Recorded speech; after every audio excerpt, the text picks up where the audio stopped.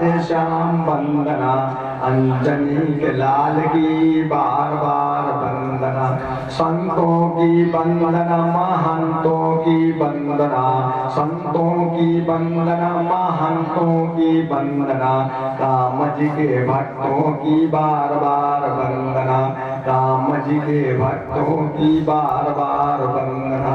बोलो श्यावर रामचंद्र की जय, बोलो पवन सुत हनुमान की जय, बोलो सब भक्तन की जय। भक्तों, पिछली बेला में आपने सुना था सती जी जब अपने पिता के घर में रही तो माता को छोड़ करके किसी ने सही बात तक नहीं की, और सती जी को वो भी सब बर्दाश्त हो गया। सती जी फिर यज्ञशाला की तरफ गई तो देखा वहां सब देवताओं का भाग है, लेकिन शिव जी का कहीं कोई भाग नहीं है। और जबकि कहा गया है, अरे चित फल बिनु शिव अवराधे, मिलई न कोटि जोग जप साधे, ए चित फल बिनु शिव अवराधे, मिलई न कोटि जोग जप साधे, मिलई न कोटि जोग जप साधे। सती जी गई, जब देखा कि वहां शिव जी का कोई भाग नहीं है तो बहुत उनको कष्ट हुआ। उनको सबसे बड़ा दुख है क्या कि सबसे जगदारुण दुख नाना, और सबसे कठिन जाति अवमाना, सबसे जगदारुण दुख नाना, सबसे कठिन जाति अवमाना। मित्रों, ये जात और पांच, अगर आपको राशन लेने जाना है तो पंक्ति में आपको खड़ा होना पड़ेगा। पांच माने पंक्ति। और जाति जो होती है समाज, जिसमें समाज के अंदर कोई विकृति न पैदा हो, समाज वर्ण संकर न हो, इसलिए ये जातियां बनाई गई हैं। जातियों में, घर में, परिवार में, कुल में, जातियों में, इनमें क्या है, पवित्रता बनी रहे, इसलिए जाति बनाई गई है। और जाति पवित्र करने के लिए भगवान की कथाएं होती हैं, क्योंकि अगर आप अपने को घर में पवित्र रखेंगे, अपने जाति को पवित्र रखेंगे, तो समाज को पवित्र रखेंगे। जब समाज पवित्र होगा तो हमारा देश पवित्र होगा। कहा गया है जैसे व्यक्ति आज भी HIG, MIG, LIG कॉलोनी बनती है, रूप तो वही है। ये अधिकारी वर्ग, बाबू वर्ग, तृतीय श्रेणी के कर्मचारी और चतुर्थ श्रेणी के कर्मचारी, ऐसे ही ये कर्मों के अनुसार जातियां बनाई गई हैं। और जाति के अनुसार व्यक्ति बिजी रहे, व्यस्त रहे, कार्य में व्यस्त रहे और प्रभु का चिंतन करे, कल्याण हो जाएगा। लिखा है, अगर आप जातियों में विकृति कब पैदा होती है, जातियों में विकृति विधर्मियों ने पैदा कर दी है। जो धर्म पर चलते हैं उनके लिए जाति एक कवच होता है, वो अपने को पवित्र। लोग कहते हैं अरे यार तुम पंडित हो, तुमको ऐसा नहीं करना चाहिए, क्योंकि यह हमारा कवच है, ये हमको लोग संदेश देते हैं। और ये बिगड़ता कब है, बिगड़ता कब है, कहाँ है? अरे जाति पाति कुल धर्म पढ़ाई, परिजन धन बल गुण चतुराई जाति पाति कुल धर्म पराई परिजन धन बल गुण चतुराई। अगर ये नहीं होगा तो मनुष्य जानवर की श्रेणी में पहुंच जाएगा। जानवर की श्रेणी में सब विधर्मी हो जाएंगे, सभी वर्ण संकर हो जाएंगे, फिर धर्म लुप्त हो जाएगा। तो ये अपनी जातियों को हम पवित्र कैसे कर सकते हैं? अरे जाति पाति कुल धर्म पराई परिजन धन बल गुण चतुराई। आप कितने भी जाति वाले अच्छी जाति के हों, अच्छी पंक्ति में खड़े हों, कुल बढ़िया हो, परिवार बढ़िया हो और धन बहुत हो, आप बहुत गुणवान हो, लेकिन एक चीज की बहुत जरूरत है, तभी आप पवित्र रह पाएंगे। कौन? अरे जाति पाति कुल धर्म बड़ाई परिजन धन बल गुण चतुराई भगत हीन नर सोहई कैसे जल बिनु बारिद देखिया जैसे। आपकी जाति तभी पवित्र रहेगी जब आप भक्ति करेंगे, और भक्ति के बिना आदमी व्यक्ति कैसे होता है? जैसे जल के बिना बादल। अगर जिस बादल में जल न हो तो उसको क्या कहेंगे? वो केवल धुआं है। धुएं में जल नहीं होता है, वो दुनिया का प्रदूषण होता है। अगर व्यक्ति भक्ति नहीं करता है तो वो दुनिया का प्रदूषण कहा जाएगा और उसकी जाति में विकृति पैदा हो जाएगी। लेकिन आज ये विधर्मी लोग स्वयं जो है जाति को बर्बाद किए हुए हैं और जातियों के नाम पर रोटी खा रहे हैं। और सबसे जगदारुण दुख नाना सबसे कठिन जाति अवमाना। और उनको बहुत कष्ट हुआ, माता ने बहुत समझाया, बेटी कोई बात नहीं, तुम्हारे पिता हैं, कोई चिंता मत करो। लेकिन उनको ज्ञान नहीं हुआ। उन्होंने कहा ये लोग बहुत गलत किया इन्होंने। हमारे स्वामी इस परिवार के किसी के दामाद हैं, किसी के बहनोई हैं, किसी के फूफा हैं, वो रिश्ता में मान्य है। और मान्यों के लिए मालूम क्या है? सबसे बढ़िया रिश्ता होता है। आज सब रिश्तन में मान्य का रिश्ता। हरी हो गई और गरजने लगी, कहने लगी अरे सब रिश्तों में मान्य का रिश्ता, रिश्ता एक नगीना है और जो इनका अपमान करे वो कुत्ता और कमीना है। अरे सब रिश्तों में मान्य का रिश्ता सबसे बढ़िया होता है। सब रिश्तों में मान्य का रिश्ता, रिश्ता एक नगीना है, जो इनका उपहास करे वो कुत्ता और कमीना है। सती जी क्रोधित हो गई और कहा सभासदों तुमको लज्जा नहीं आई? अपने मान्य की इस तरीके से हंसी उड़ाई, अपमान सहा। अरे सुनहु सभासद सकल मुनिंदा ओ कही सुनी शंकर जिन निंदा। सुनहु सभासद सकल मुनिंदा कही सुनी शंकर जिन निंदा। जिन्होंने शंकर की निंदा को कहा है, सुना है। अरे मूर्खों, सभासदों सुन लो और तुम लोग बहुत जल्दी फल पाओगे। सो फलुल्लाह बतुरत सब काहू और भली भांति पछताव पिताहू। सो फलुल्लाह बतुरत सब काहू भली भांति पछताव पिताहू।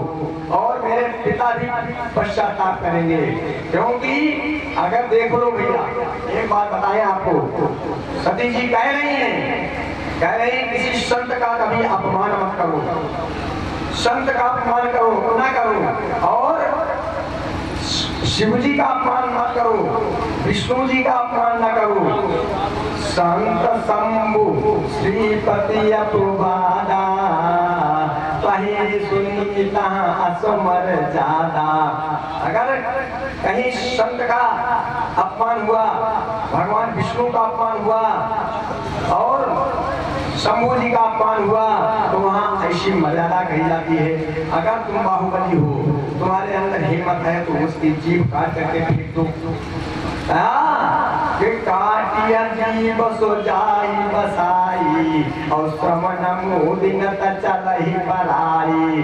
काटिया जीव सो जाई बसाई और श्रवण मोदिन चलहि बलाई। अगर क्षमता नहीं है तो उनकी निंदा मत सुनो, कान बंद करके भाग जाओ। अगर तुमने सुना तो तुमको गौ हत्या का पाप लगेगा, क्योंकि हरिहर निंदा सुनहि दुकाना होई पाप गो घाट समाना। हरिहर निंदा सुनहि दुकाना होई पाप गो घाट समाना। गौ हत्या के बराबर पाप लगता है भगवान की निंदा सुनने पर। और ये सती जी बहुत क्रोधित हैं।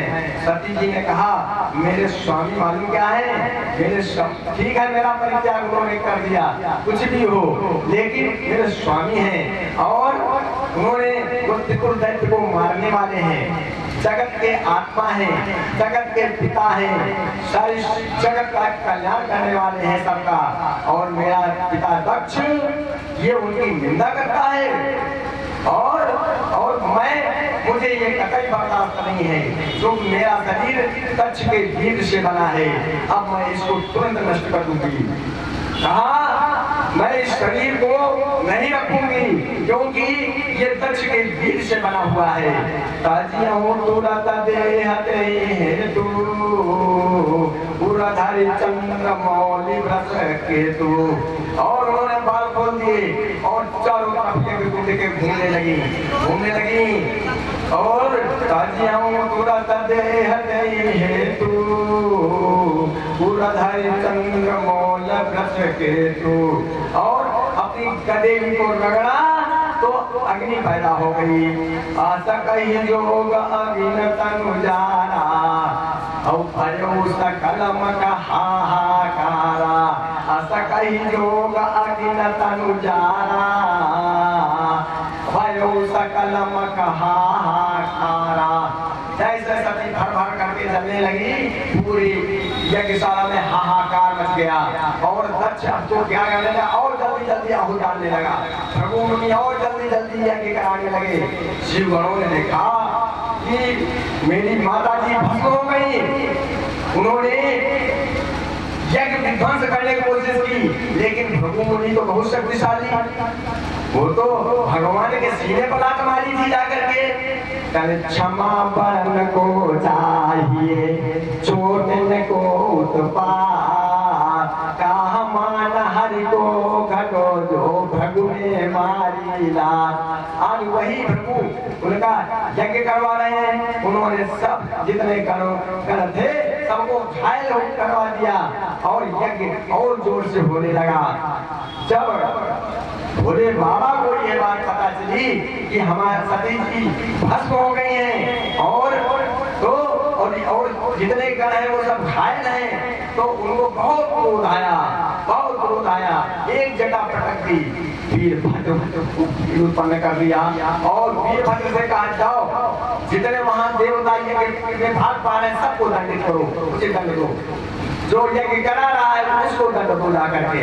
और तुरंत वहां पहुंचा, पहुंच करके तुरंत देखा कि बहुत जल्दी जल्दी आहुति डाल रहे हैं। सब देवताओं को दंडित किया। भृगु मुनि को ताड़ी उखाड़ दी, उनके एक मुक्का मारा तो उनके दांत टूट गए। और इधर दक्ष बैठा था, दक्ष के एक मुनि मारी तो सर जो धड़ से अलग होकर के यज्ञ कुंड में गिर गया और जलने लगा। अब गण जितने थे बड़े प्रसन्न हो गए, अरे ये बहुत अच्छा किया तुमने वीरभद्र तुमने। अरे शिवद्रोही को एक सजा, सब धड़ से जुदा, सब धड़ से जुदा। ठीक किया, शिवद्रोहियों को ऐसी सजा मिलनी चाहिए। अरे शिवद्रोही को एक सजा, सब धड़ से जुदा। जुदा सर धड़ से जुदा, सनातन द्रोही को एक सजा, सर धड़ से जुदा सर धड़ से जुदा। उन्होंने कहा इनको जीने का कोई हक नहीं है, उन्हें बहुत अच्छा किया। अब सब हाहाकार मच गया, अब तो वो एकदम उनका धड़ जमीन पे गिर गया। अब सभी देवता जो बाकी थे स्तुति करने लगे, अरे प्रभु ये क्या हो गया, ये तो प्रजापतियों के नायक हैं, अब क्या इनको तो जीवित करना चाहिए। तो उन्होंने कहा भैया जीवित तो कर भोले बाबा तो बहुत जल्दी प्रसन्न हो जाते हैं। उन्होंने कहा ठीक है, उन्होंने कहा ठीक, अब तो सर तो जल गया, अग्निकुंड में यज्ञ विध्वंस हो गया, अब इनका अरे जाओ ये बहुत अहंकारी है, हाँ और बहुत मैं करता था और बकरा भी मैं करता है। तो उन्होंने कहा इसलिए बकरे का सर काट के ले आओ, इसके धड़ पे लगा दो, क्योंकि बकरा भी मैं करता है, वो गले छुरी चलवाता है। बकरा भी मैं करता है, वो गले छुरी चलवाता है। मैना जो मैना कहती है, पिंजरे में पाला जाता है। इसीलिए कबीरदास जी ने बहुत बढ़िया बात कही है कि मरे मनता मन मारी रे, नन्हा करी करी पीस, तब सुख पावे सुंदरी ब्रह्मचर्य कैसी। और इस तरीके से और सती मरते समय एक ही मांगा प्रभु से, सती मरत हरिशन बरु मांगा, जन्म जन्म जन्म जन्म शिव पद अनुरागा। सती मरत हरिशन बरु मांगा, जन्म जन्म शिव पद अनुरागा। उसी कारण इनका जन्म जो है दोबारा जो है पार्वती के रूप में हिमान किया हुआ, हिमांचल किया हुआ। तही नहीं में गिरिग्राह जाई, जनमी पार्वती तानु पाई। और उनका पार्वती के रूप में उनका जन्म हो गया। और जब से पर्वतराज हिमांचल के यहाँ जब से उत्पन्न हुई, तब से मालूम क्या हुआ, जब से शैल सुताग्रह आई, जब से शैल सुताग्रह आई, सकल सिद्ध संपत्ति छाई। संपूर्ण सिद्धियां और संपत्ति वहाँ छा गई, वहाँ छा गई। और जितने थे मुनि लोग आश्रम बना लिए, तपस्या करने लगे, और वहाँ पर हिमांचल ने सबको आश्रम के लिए जमीन दे दी। और क्या हुआ वहाँ विशेष खूबी, ऐसे ऐसे वृक्ष उगाए जो फल और फूल से आच्छादित थे। जितनी भी नए नए मणियों और सोने की खाने में प्रकट हो गई वहाँ, और निर्मल जल बह रहा है नदियों में। सिंह और गाय आपस में जितने जीव थे सब में अवस्था भूल गए, सभी एक घाट में जल पीते हैं। और हिमांचल के यहाँ नित्य मंगल उत्सव हो रहे हैं, नित्य मंगल उत्सव हो रहे हैं। और मंगल जो उत्सव हो रहे हैं तो ब्रह्मा जी यश गा रहे हैं। तो अब नारद जी हैं ब्रह्मा जी के मानस पुत्र। तो जब ब्रह्मा ये बात मालूम हो गई कि ये हमारे पिता उनका यशगान करते हैं, तो नारद सामा चार जब पाए, तो कही गिरी गे हसिधाए। नारद सामा चार जब पाए, तो कही गिरी गे हसिधाए। आए आकर के तो उनको लगा ये कौतुक हो गया, ये क्या हो रहा है। तो जैसे आए हिमांचल ने देखा, उनके चरण धोए, चरण धो करके उत्तम आसन दिया और उनका यशगान किया और उनका चरणोदक लिया। देखो संत महात्मा आते हैं ये सभी तीर्थों पे जाते हैं, सभी तीर्थों पे जाते हैं और भ्रमण करते, तो इनके चरण रज लेना बहुत आवश्यक होता है। तो आप तो पहुंच नहीं पाओगे, उनके चरणोदक ले लो, चरणोदक लेकर के अपने सर पर छिड़क दो, मत्थे पे लगा लो। पीना कोई जरूरी नहीं होता है, ये चरणोदक है, ये केवल आप अपने सर पर सर माथे लगाइए और अपने सारे घर में छिड़क लीजिए। ये कोई जरूरी नहीं संत महात्माओं को घर के हर एक कमरे में घुमाओ, क्योंकि उन्होंने घर छोड़ दिया है। एक पत्नी एक व्यक्ति के अंदर बैराग हो गया, उन्होंने कहा हम साधु हो जाएंगे, महात्मा हो जाएंगे। तो पत्नी ने कहा ठीक, अच्छी बात है। उसने बहुत बढ़िया बात कही, कल घर छोड़े भगवान मिले तब जायऊ और घर छोड़े घर घर फिर तऊ ना जायऊ कंतो। अगर आप घर छोड़ करके अगर आपको परमात्मा मिल जाए तब तो चले जाओ, हिमालय की चोटी पर चले जाओ, जंगल में चले जाओ, चाहे जहाँ चले जाओ। अगर तुमने झोली डाली और फिर घर घर जा रहे हो, हर एक बेडरूम में पहुंच रहे हो, तो ये गलत बात है, इसमें विकृति पैदा होगी, इसलिए मत जाना। तो उन्होंने चरणोदक लिया, क्योंकि अभी आपने देखा लोग आसाराम जी का देते हैं दोष। अरे ठीक है, उनका दोष है, लेकिन भक्तों का भी दोष है। कोई संत महात्मा आए, उनको अपने बेडरूम में घुसेड़ते चले जा रहे हो। अरे तुम अपना भी जीवन नरक कर रहे हो, अब उनको भी अधोगामी बना रहे हो, क्योंकि उन्होंने घर छोड़ करके तो वहाँ आए, अब आप उनको मतलब फिर उसमें नरक में डाल रहे हो। तो संत महात्माओं को चरणोदक को ले लो और ले करके अपने माथे लगाओ और अपने पूरे मकान, कमरा, बेडरूम, तिजोरी छिड़क दो, तुम्हारे धन संपदा सब बढ़ेगी। तो जो हिमांचल थे उन्होंने यही किया और उसके बाद नारद जी के पास अपनी पुत्री को ले आए और चरण डाल दिया। अब कहा कि महाराज इसको इसके 200 रुपये बताओ। तो जब देखा, उसके मुख को देखा, तो नारद बाबा ने कहा बोले बिहासी बूढ़ंगा जुबानी सुता तुम्हारी सकल गुण खानी। बोले बिहासी बूढ़ंगा जुबानी सुता तुम्हारी सकल गुण खानी।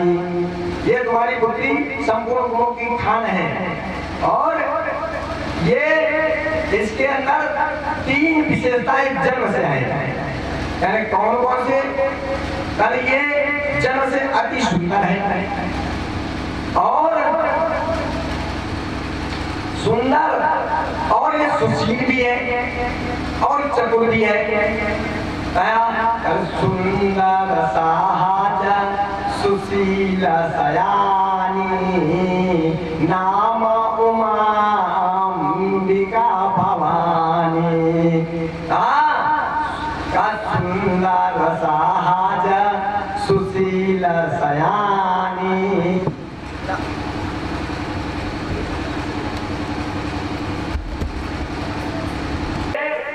सुंदर साहज सुशील सयानी नाम उमा अंबिका भवानी। ये नाम उमा, अंबिका और भवानी, इनके 3 नाम है। और कहा ये तुम्हारी पुत्री जो है सबल छन संपन्न कुमारी हुई आई संता तो पिया ही प्यारी। ये तुम्हारी पुत्री सब लक्षणों से संपन्न है, इसलिए इसको जो है हमेशा निरंतर पति की प्यारी होगी, ये पति को प्यारी होगी और अचल होई एही कर आही बाता एही दे जा सपई है तुम्हारा। जो पति की प्यारी होती है उसी के माता पिता का यश बढ़ता है। पति से लड़ाई करके कोई पत्नी चाहे हमारे माता पिता का यश बढ़ेगा, कभी नहीं बढ़ सकता है, क्योंकि ये जीवन जो है पति से ही है और पति के साथ रहेगा, उसी में सुख है। तो अचल हो यही कर आई बाता, यही दे जासु परी है तुम्हारा। और जो पत्नी अपने पति को प्यारी होती है और माता पिता का यश बढ़ाती है, वही जगत में पूज होती है। हुई है पूज सकल जग माही, हुई है पूज सकल जग माही, यही सेवा का छो दुर्लभ नाही। और इसकी सेवा करने से सब कुछ मिलेगा। और क्या होगा, जो हर पत्नी पतिव्रता रूपी तलवार पर चलने की सामर्थ्य प्रदान करेगी, ऐसी ये पुत्री है। उन्होंने कहा महाराज तुमने सब इसके गुण ही गुण बताए दिए, हमने कहा था दोष बताओ गुण बताओ। तो उन्होंने कहा सुनो, शैल सुलक्षण सुता तुम्हारी, कहूँ सो अब अवगुण दुई चारी। शैल सुलक्षण सुता तुम्हारी, कहूँ सो अब अवगुण दुई चारी। अब इसके कुछ दुई चार अवगुण बता रहा हूँ। अब वो भी अवगुण कैसे, शादी के बाद के हैं होंगे, अभी नहीं लागू होंगे। अरे कैसे, कल अगुण अमान मातु पितुहीना, उदासीन सब संशय छीना।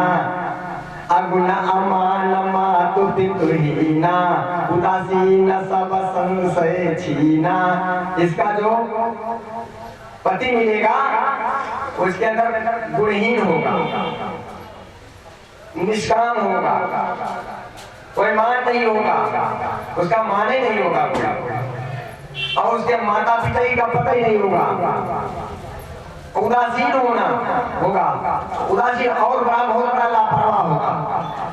उन्होंने कहा ये तो सब आपने ऐसे बता दिए, अरे तो हाथों तो देख लो, कोई हाथ की रेखा बढ़िया है। तो उन्होंने हाथ देखा नारद बाबा ने और कहा देखो, जोगी जटिल अकाम मन, नगन अमंगल वेश, अस स्वामी यही काम मिले परिहस्त असरे को। उन्होंने कहा जोगी होगा, बड़ी बड़ी जटाओं वाला होगा, नंगा धड़ंगा होगा, और उसके माता पिता को पता ही नहीं, और तो ऐसा इसको मिलेगा पति, ऐसी हाथ की रेखा पड़ी है इसके। तो उन्होंने कहा ये सुन करके सभी लोग बहुत परेशान हो गए, बहुत परेशान हो गए। नारद बचन सत्य जी अजानी, दुख दंपति उमा हर्षानी। नारद बचन सत्य जी अजानी, दुख दंपति उमा हर्षानी। जो दंपति था बहुत दुखी हो गए, उमा बहुत प्रसन्न, सबके शरीर पुलकित है, सबके नेत्रों में आंसू भरे हुए हैं, उनकी बाएं दशा एक सी है, लेकिन कौन प्रसन्न है कौन दुखी है इस रहस्य को नारद बाबा नहीं जान पाए। नारद वो क्यों सुखी है, उमा जी सोच रही है कि नारद के वचन असत्य नहीं हो सकते हैं, और उनको शिव जी से प्रेम हो गया और सोचा कि मिलना बड़ा कठिन है। इस बात को उन्होंने प्रकट नहीं किया और चुप हो गई और सखियों के गोद में बैठ गई। इधर ये बहुत परेशान, सखियां परेशान, हिमांचल परेशान, मैना परेशान, सभी लोग बहुत परेशान। उन्होंने नारद बाबा से कहा क्या कोई उपाय नहीं इसका है? उन्होंने कहा कोई उपाय बताओ। तो नारद बाबा ने कहा मुनि से ही भगवान सुन। अरे सुनो, जो विधि लिखा लीलार, देवगण नर नाग मुनि गुण में तनहारो। अरे देवता, दानव, मुनि, कोई भी ऐसा नहीं जो इसको नींद दे। कहले कुछ तो उपाय करो। कहले हाँ, मैं एक उपाय बता सकता हूँ। अरे कहूँ एक मैं तो वही उपाय होई सहाय। कहूँ एक मैं तुम्हें उपाय, यदि देव जो है सहायता करेंगे तो ये उपाय सार्थक हुआ, वरना नहीं होगा। क्योंकि जस बरु में बरन्यो तुम पाही, मिलई उपही कछु संशय नाही। जैसा मैंने तुमको ऊपर बताया है वैसा उमा को मिलेगा, इसमें कोई संशय नहीं है। और सुन लो, अरे जे जे बर के तो सब खाने, ते सब शिव पही मैं अनुमाने। जे जे बर के तो सब खाने, ते सब शिव पही मैं अनुमाने।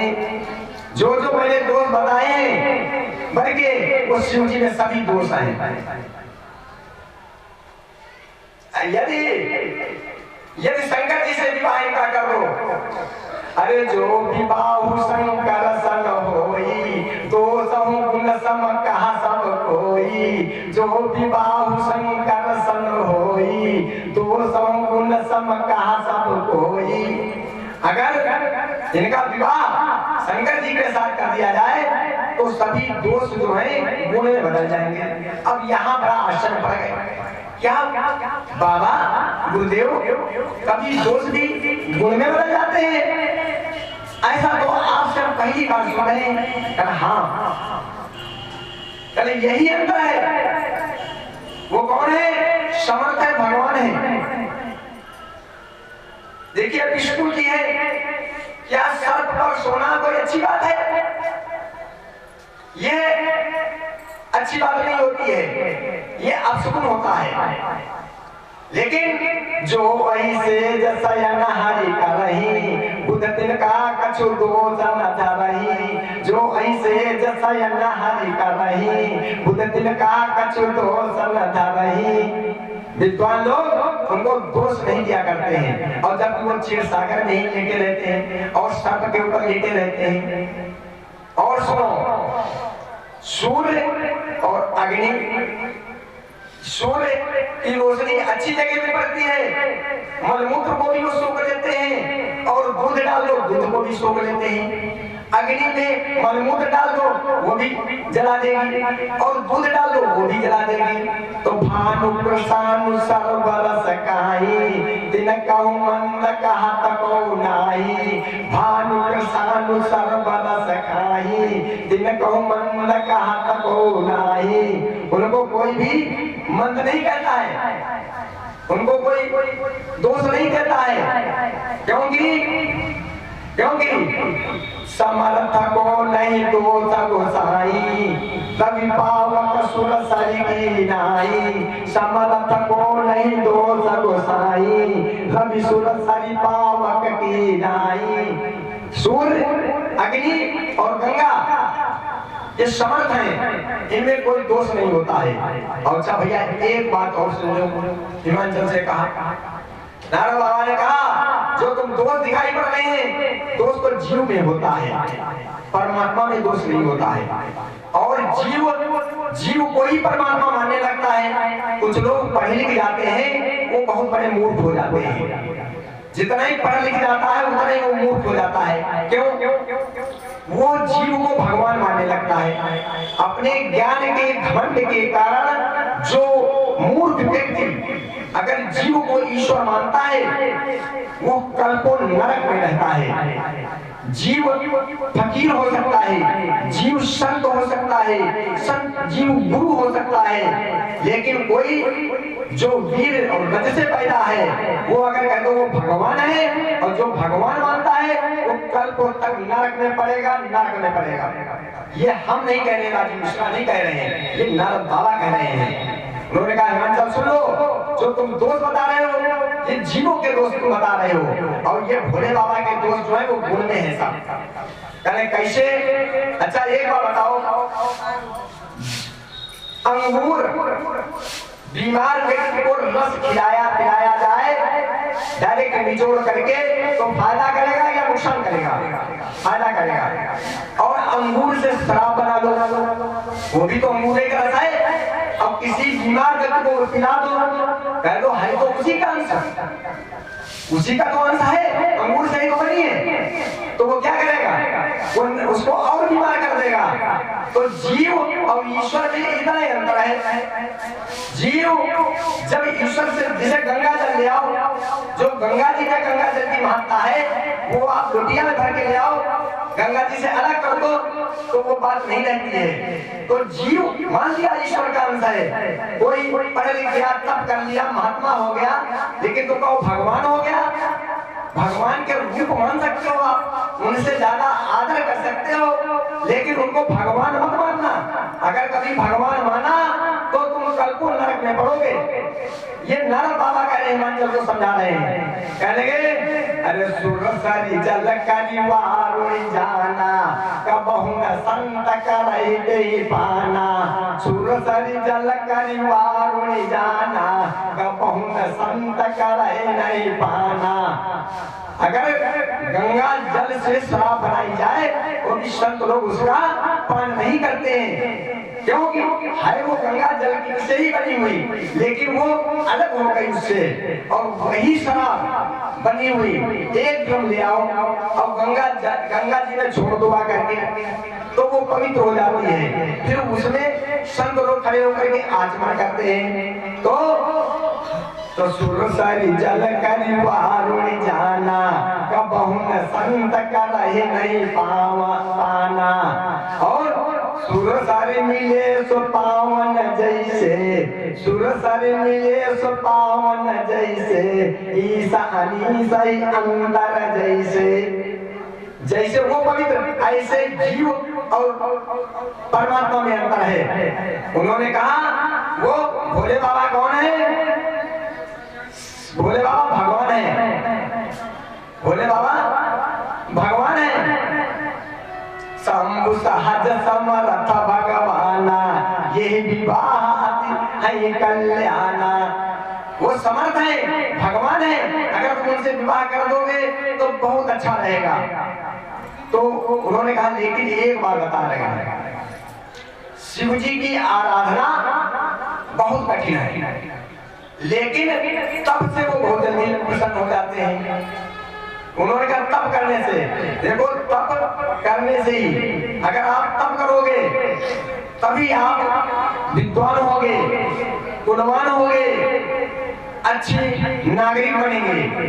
तो उन्होंने यही कहा, जो तप करे कुमारी तुम्हारी, भाग्यु में किस कही त्रिपुरारी। जो तप करे कुमारी तुम्हारी, भाग्यु में किस कही त्रिपुरारी।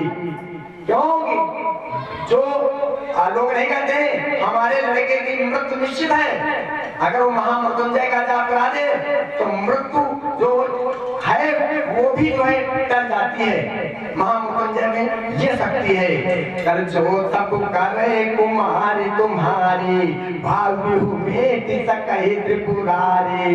इच्छित फल बिनु शिव अवराधे, इच्छित फल बिनु शिव अवराधे, मिलहि न कोटि जोग जप साधे। इच्छित फल अगर प्राप्त करना है तो शिव जी की आराधना करो। और अस कही ब्रह्म भवन मुनि गयऊ, आगिल चरित सुनहु जस भयऊ। ऐसा कह करके और समझाया चिंता मत करो, सब कल्याण करेंगे शिव जी। और मौनी जो है ब्रह्मलोक को चले गए। अब मैना जो बैठी एकांत में जब पति को पाया तब कहने लगी, एकांत में पाया, हाँ देखो स्वामी, हमें बाबा की बात कुछ हमें समझ में नहीं आई है। क्यों? कहले ये इनकी बातें नहीं समझ में आई है। हमारी पुत्री जो है बड़ी गुणवान है, हमारी पुत्री बड़ी रूपवान है, बड़ी शीलवान है, सुशील है, हमको ऐसे ही बर चाहिए। अगर नहीं मिला तो जीवन नरक हो जाएगा। अरे जो घर बर कुल होई अनुपा करिय विवाह सुता अनुरूपा, जो घर बर कुल होई अनुपा करिय विवाह सुता अनुरूपा, नत कन्या बरु रहाई कुमारी, नत कन्या बरु रहाई कुमारी, ओ मही कंत मोहि प्राण प्यारी। ये हमारी प्राणों से ज्यादा प्रिय है। वास्तव में लड़की की शादी कहाँ करो? जहाँ जो है उसके अनुरूप हो। ये नहीं कि लड़का तो वही बीए पास पुतहु का भैरू का कहराते, लड़का तो बीए पास और लड़की अंगूठा टेक। लड़का तो वही बीए पास, अरे पुतहु का भैरू का कहराते, वही बोले बाटन लइयाओ, वही बटना लइके दौरी पड़ी, वही बटना लइके दौरी पड़ी। वही वाटर मतलब नहीं समझती पानी होता है। एक लड़की थी, वो वाट से चलाया करती थी, जींस टॉप पहन के घूमा करती थी। अम्मा ने कुछ सिखाया नहीं, सोचा कि जब तुम्हारी बिटिया हमारी दादी तुम मौज कर लो, ससुराल में तुमको करना ही पड़ेगा। लड़की को जब तुमने लड़का बना के रखा तो उसको तो एक नौकरानी चाहिए या कोई बहू चाहिए। भाई लड़का को बहू चाहिए, जैसे तुमने लड़का बना दिया तो वो तो लड़का बन गई। अब नहीं वो उसको सेवा मिले तो लड़ेगी, लड़का लड़ता है वो भी लड़ेगी। तो वो भाट से चलाया करती थी, जींस टॉप पहने घूमा करती थी। एक माँ बाप परेशान, क्योंकि लड़की को घर में नहीं बिठाया जा सकता। क्यों?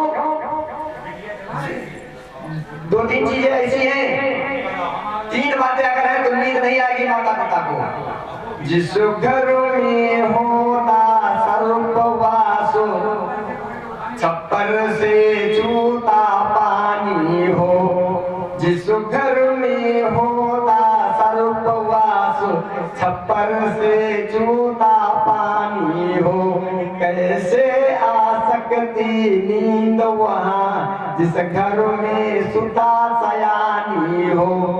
अरे आपके घर में सांप घुसाए, क्या नींद आएगी? पता नहीं कितने समय तक जिस छप्पर के नीचे लेटे हो उसी टपक रहा हो छप्पर, क्या तुमको नींद आएगी? नहीं आएगी। अगर सुता है, सियानी है, हाथ पीले नहीं पिए, पता नहीं कितने समय तुम्हारी नाक कट जाए, कुछ कहा नहीं जा सकता है। इसलिए अब उन्होंने क्या किया, शादी कर दी। लड़का शुगर मिल में नौकरी करता था और शादी कर दी।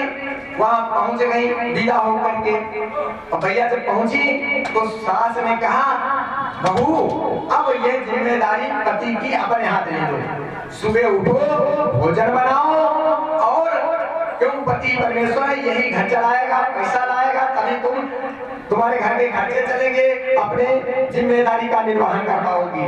वो समझाती थी। और वो अब वो क्या, जिस समय शायरन बजता, मिलों में शायरन बजता है, उस समय कर्मचारी आने लगते हैं, तो जैसे उसको गांव में भोंपू कहते हैं, तो वो समझाती रहती थी, लेकिन क्या उठो तो, लेकिन वो जो है कब नहीं पाई।